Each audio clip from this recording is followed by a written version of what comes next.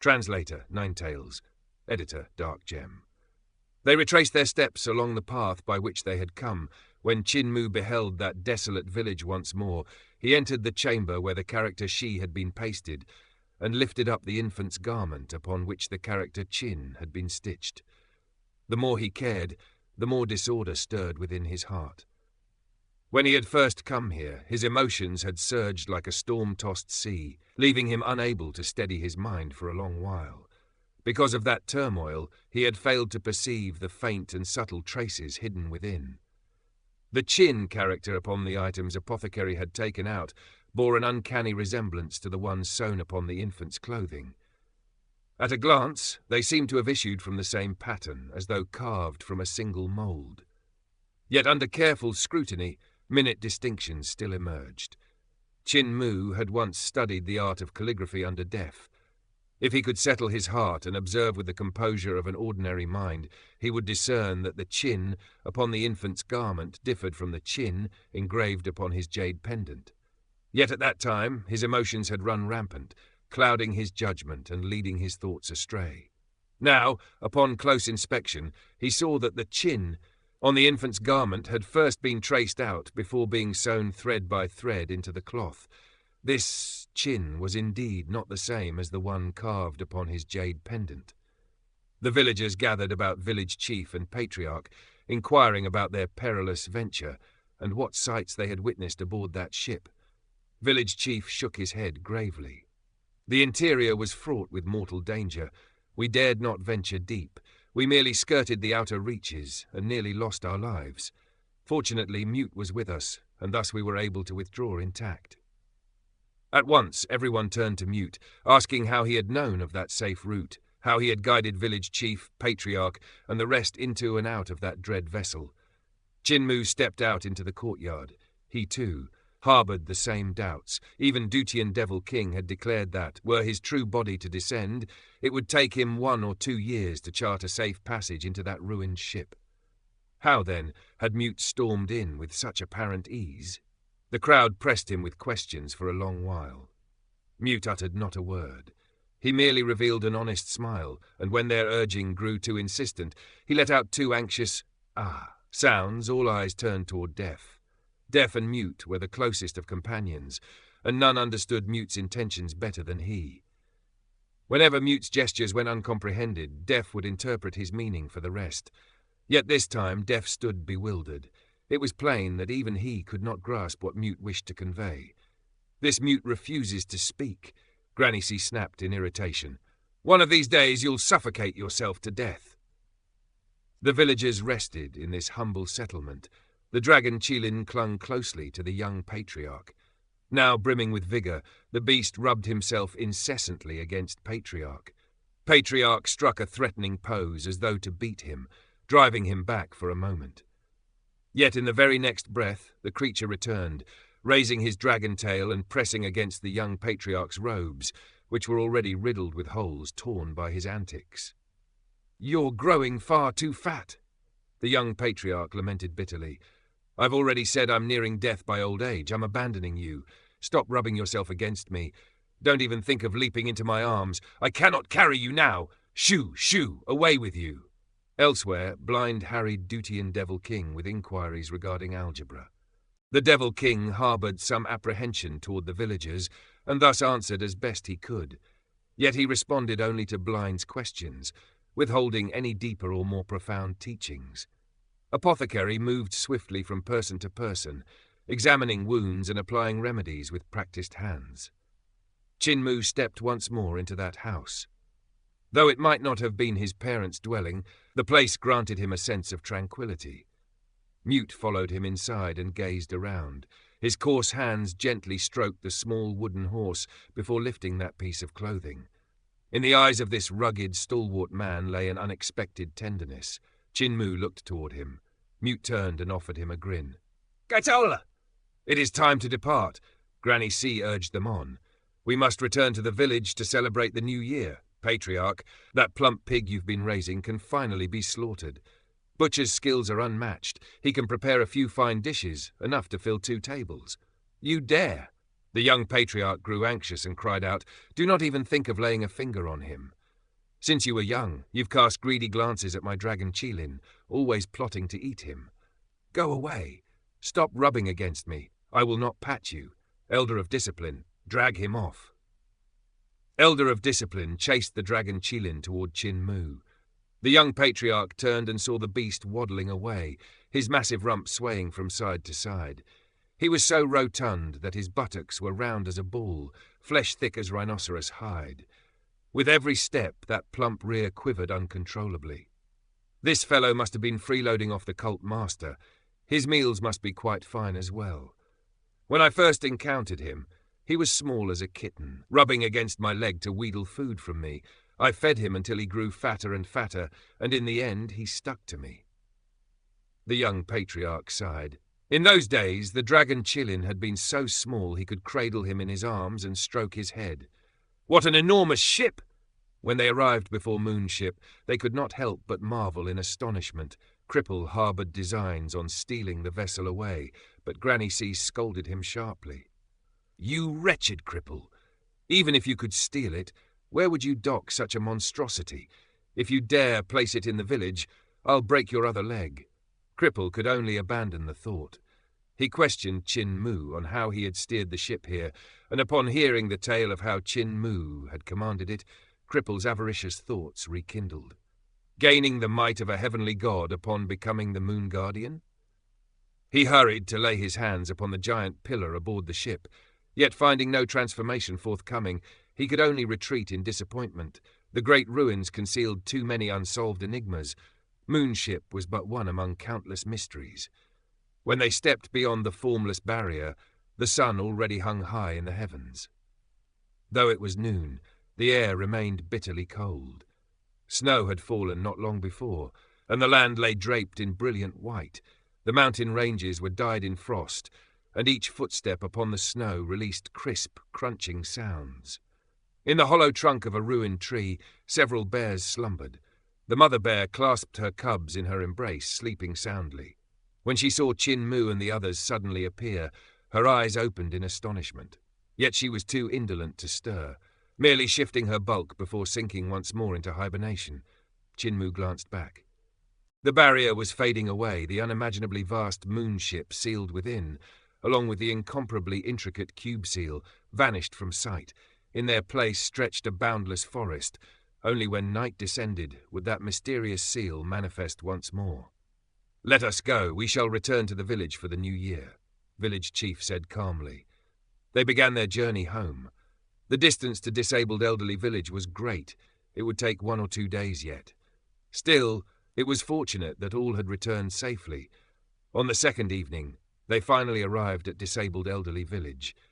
Qin Mu, Granny C, and Old Ma busied themselves decorating the settlement and preparing the New Year's feast. Qin Mu brought red paper to Deaf, asking him to inscribe auspicious phrases and spring festival couplets. When Deaf had finished writing, he beckoned Qin Mu to paste them upon each door. "Paste one on the chicken coop as well, and upon that ancient tree before the village, affix one there to invite prosperity," Granny C instructed. They laboured diligently for a long while. At last, the villagers gathered to sit together, raising cups of fine wine amid laughter and cheers. The young patriarch and elder of discipline joined them, partaking in the belated New Year's banquet. At dawn the following morning, the young patriarch and elder of discipline took their leave. "The great ruins still conceal innumerable mysteries. It would be pleasant to explore them before my life ends. Fellow Dao friends, there is no need to see me off." Having spoken thus, the old and the young set forth into the distance, their figures fading as they trod through the thick snow. Duchian Devil King looked toward Qin Mu. "Devil Cult Master, it is time for you to honour your promise." Qin Mu's gaze was resolute. "Devil King, fear not. I shall keep my word and set you free." Blind and Cripple stepped forward, causing Duchian Devil King to grow exceedingly nervous. "Devil Cult Master, do you intend to release me only to have them capture me once more? How dare you?" Qin Mu flushed slightly and shook his head at Blind and Cripple. Cripple muttered under his breath, "This fellow would make a fine helper. If I could persuade him to stay, I could steal even more treasures." Qin Mu spoke gently. Devil King, be at ease. I shall remove the sealing runes from your body, and you will regain your freedom. One by one he dispelled the sealing runes from Dutian Devil King's body. Only then did the Devil King relax. Little buddy Chin, Dutian and this place are worlds apart. After today's parting, we may never meet again. The lives of you mortals are fleeting. Your span is but a snap of the fingers to us, vanishing in an instant. Perhaps when I next think of you, you will have perished thousands of years earlier. It is somewhat sorrowful when I consider it. Chin-Mu smiled. Devil King, I can still contact you at times. I yet know the ghost-transferring god dispatching runes command from Great Mountain Sect. Dutian Devil King laughed heartily. Your world is too perilous. Even if you summon me, I shall not come. After I return, I shall seek a new world, a new realm for my people to survive. Chin-Mu removed the final seal and said, Devil King, you may return now. Dutian Devil King tested his freedom and, finding no restraints remaining, grew wholly at ease. Let us never meet again. With those words, his consciousness tunneled into the void and disappeared. Chin-Mu lifted his gaze and smiled faintly. Who can foresee what the future holds? Dutian Devil King's consciousness returned to Dutian world, merging with his original body. That majestic Devil King instantly comprehended all that this fragment had experienced and was profoundly shaken. Exhaling a murky breath, he mused, a perilous world watched over by gods. Indeed, no dwelling for the citizens of Dutian. It seems I must seek another world. Mu'er, come here, village chief called. Chin-Mu hurried over. Village chief hesitated for a moment before speaking. I have pondered long and hard. There is something more I must tell you. Besides the numerous Chin characters I found upon that ship, I discovered something else as well. Apothecary, bring it here. Apothecary hesitated. Is it appropriate to give it to him now? Village chief shook his head. I do not have much time left. If I do not give it to him now, when shall I? Apothecary produced a mirror and handed it to Chin-Mu. Chin-Mu accepted the mirror and discerned nothing unusual. Village chief said, Within this mirror lies a geographical map leading to Carefree Village. We discovered it aboard that ship. Cease your examination. This mirror has been sealed by me. Only when you can break my seal will you behold the route it contains. That place is exceedingly dangerous. I do not wish you to go there yet. Chin-Mu fell silent. Suddenly he knelt and kowtowed before Village Chief. Village Chief said at once, Rise, there is one more matter. Of late, I feel as though many burdens have settled upon your shoulders. The young cult master of Heavenly Devil Cult, the orphan of Carefree Village. Perhaps it matters little if you shoulder my responsibility as well. Today I shall accept you as my disciple and pass my duty to you. From this day forward, you shall be the next generation's Human Emperor, Ninetales. Editor Dark Gem. The next generation's Human Emperor? Chin-Mu's mind reeled in confusion. This appellation sounded exceedingly peculiar. In this world, there was clearly an emperor who governed the realm, and there were also cult masters and sect leaders presiding over the great factions. Order was maintained, territories were ruled, laws were enacted. If so, what purpose would a human emperor serve? Under heaven, it seemed there was not a single inch of land left unclaimed for the human emperor to command. The human emperor does not stand high above the masses, nor does he wield authority, Village Chief said slowly. He bears only responsibility. The human emperor is not one who rules over all living beings, nor one who claims supremacy to recklessly wage war and slaughter those who refuse submission. The human emperor is a state of heart, a manifestation of righteousness and justice. Each generation's human emperor carries a treasured seal, passed down since the first. I tossed it beneath the bed. Go fetch it. Chin-Mu entered Village Chief's chamber. Sure enough, beneath the bed lay a lump of black iron. When he drew it out, he saw it was a palm-sized black iron seal, engraved with birdworm seal script, ancient and solemn. Chin-Mu placed the black iron seal into Village Chief's hands. Village Chief said gravely, This is the human emperor's seal, the supreme sacred artifact of our lineage. Chin-Mu examined the seal and muttered, Village Chief, does our bloodline possess any other sacred artifacts? Enraged, Village Chief brought the human emperor's seal down upon Chin-Mu's head with a resounding thud, raising a large swelling on his forehead. The heavy iron lump was then thrust back into Chin-Mu's hands. Village Chief declared, The human emperor's seal has been passed to you. From this day forth, you are the human emperor of this generation. So simple? Chinmu stood dumbstruck. Apothecary was likewise taken aback. Village chief had always spoken of the human emperor's burden as immense, his responsibility as crushing, his title as awe-inspiring and formidable. Apothecary had long assumed that when Chinmu inherited the mantle, a grand and solemn ceremony would be held beneath heaven and earth. Never had he imagined that village chief would simply hurl a black iron lump at Chinmu and consider the matter concluded. There are few left in this world who know of the human emperor's title. We are neither a sect nor sovereigns of a nation. It is merely an inheritance. Passed down from generation to generation, there is but one per era. Usually, the most intelligent and perceptive individual is chosen to bear it. In this generation, the most brilliant mind is Eternal Peace Imperial Preceptor, yet I doubt he would be interested. He has already embarked upon his own path. It would be difficult for him to accept my inheritance and responsibility. Village chief let out a sigh.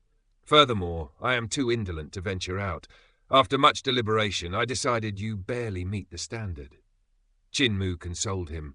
Village chief, do not force yourself. I believe you can still find someone better. Apothecary's expression grew peculiar, while village chief nearly choked from suppressing his fury. The brat clearly found the matter troublesome. Seeing no tangible benefit, he was unwilling at heart. Your courage has grown since you left the village. You even dare to speak with sarcasm. Village chief sneered. Are you accepting the title of human emperor or not? Chinmu said begrudgingly, Fine. Give me all the drudgery. I already have mountains of work to handle. Adding a human emperor to the pile makes no difference. Village chief was rendered speechless by anger. He wished he could grow an extra arm just to rap the youth's skull as he scolded. Countless people once begged me to impart my sword techniques, yet I refused them. They pleaded for my inheritance, yet I denied them. And you dare treat it with such disdain? Chinmu lowered his head, kicking a pebble aside as he muttered resentfully, I am not rejecting it. It is simply that this title serves no practical use. Village chief, why not teach me your sword arts and pass the human emperor title to someone else? Village chief smiled in anger and turned to Apothecary.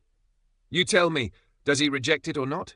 Is being human emperor so disgraceful? Your boldness grows ever greater. Apothecary coughed lightly. You two may continue your discussion. I shall inspect my worms lest they freeze to death. Village chief's anger surged, yet suddenly realization dawned, and he burst into laughter. Others once begged me to teach them, and I would not. Now you compel me to reverse myself and beg you to learn. Is that it? You grow more mischievous by the day. In truth, you are ill-suited to be human emperor. I am simply too lazy to leave this place. Otherwise, I would surely find a youth more outstanding than you. Chinmu pouted and muttered softly, I possess the overlord body. Who could surpass me? Village chief nearly suffocated. Chinmu hurried forward to massage the old man's back, and village chief gradually regained his breath. Just as Chinmu was about to speak again, the old man waved him silent. Enough. Let me rest. My mind cannot endure further torment. The corners of the old man's eyes twitched. As the originator of the lie, he had finally tasted its consequences. After some time, he composed himself. It had only been a white lie, believed by all and secretly cherished by him.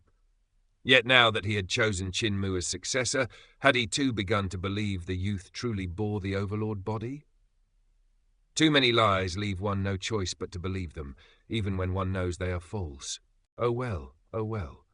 Village chief relaxed and smiled faintly. We human emperors have but a single responsibility. Light burst forth from his eyes as though countless sword beams erupted, dazzling Chinmu's vision. To sever gods, to sever devils, to sever heaven itself.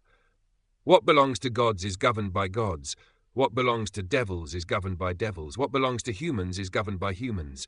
Should gods or devils meddle in human affairs, we shall cut off their hands. If gods or devils stretch forth their necks, we shall cut off their heads. This is the most fundamental duty of the human emperor. When your strength deepens, your responsibilities shall grow heavier. To cut gods, to cut devils, to cut heaven. Slaughter your way to the heavens. Come back.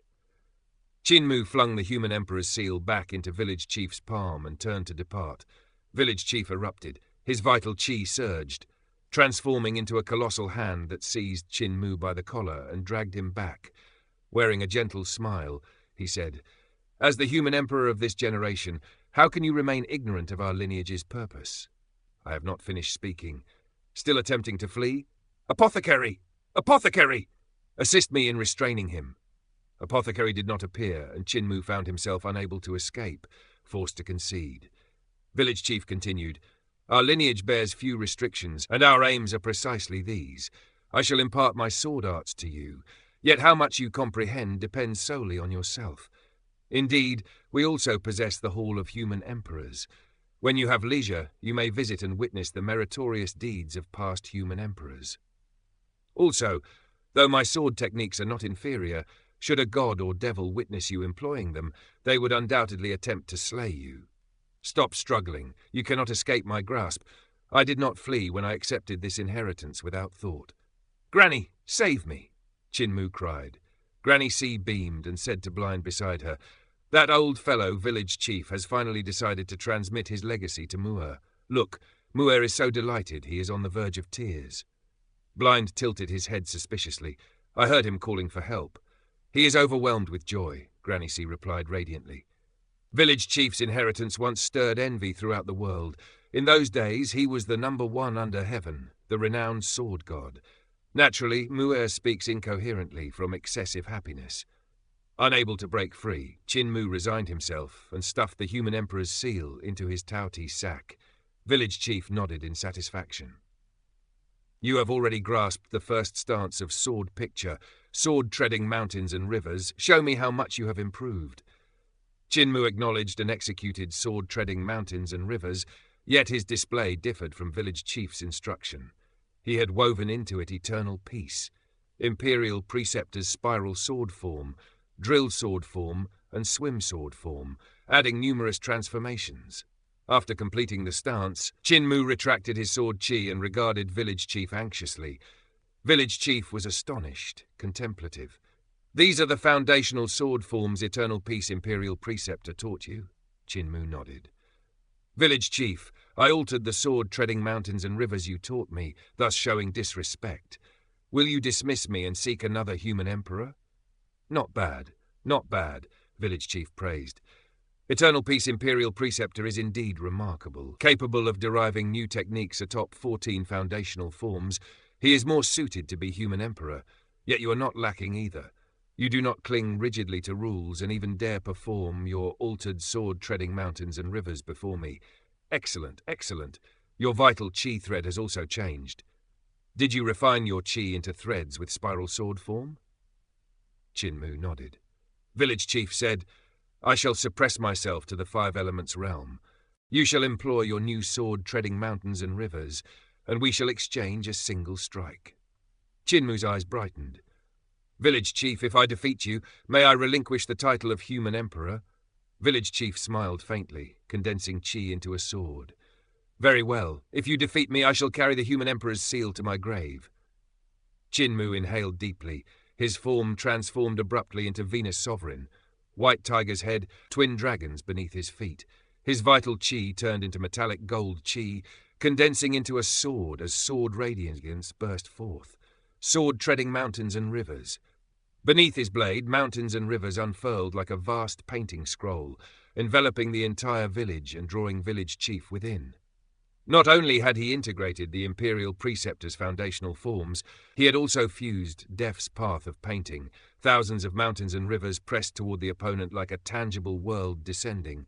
Such profundity transcended mere sword technique. It was a path, the path of the sword. At full release, village chief's swordlight flickered in response. He too unleashed sword-treading mountains and rivers. 2 worlds collided. No visible swordlight remained, only terrifying force erupting. Chi-chi, chi, chai! Dozens of streaks of blood blossomed around Qin Mu's body as wounds opened across him. He was sent flying, crashing into Butcher's shop. Swordlights carved a pattern of mountains and rivers around his embedded form. These were the traces left by village chief's blade. "Again!"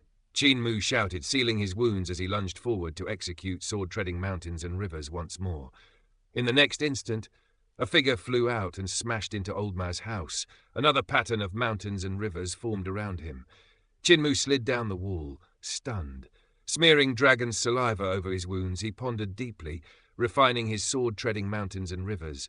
After a time, he charged once more. Again! Boom! The smithy wall gained another human imprint, surrounded by a pattern of mountains and rivers. This pattern differed entirely from those before. Each time village chief struck, the mountains and rivers formed anew. Mute poked his head from the smithy and glanced at Chinmu before laughing silently. Chinmu's face darkened. Applying medicine again, he racked his brain, eliminating flaws and refining the sword art. Again! A figure soared through majestic mountains and rivers before crashing into Death's wall.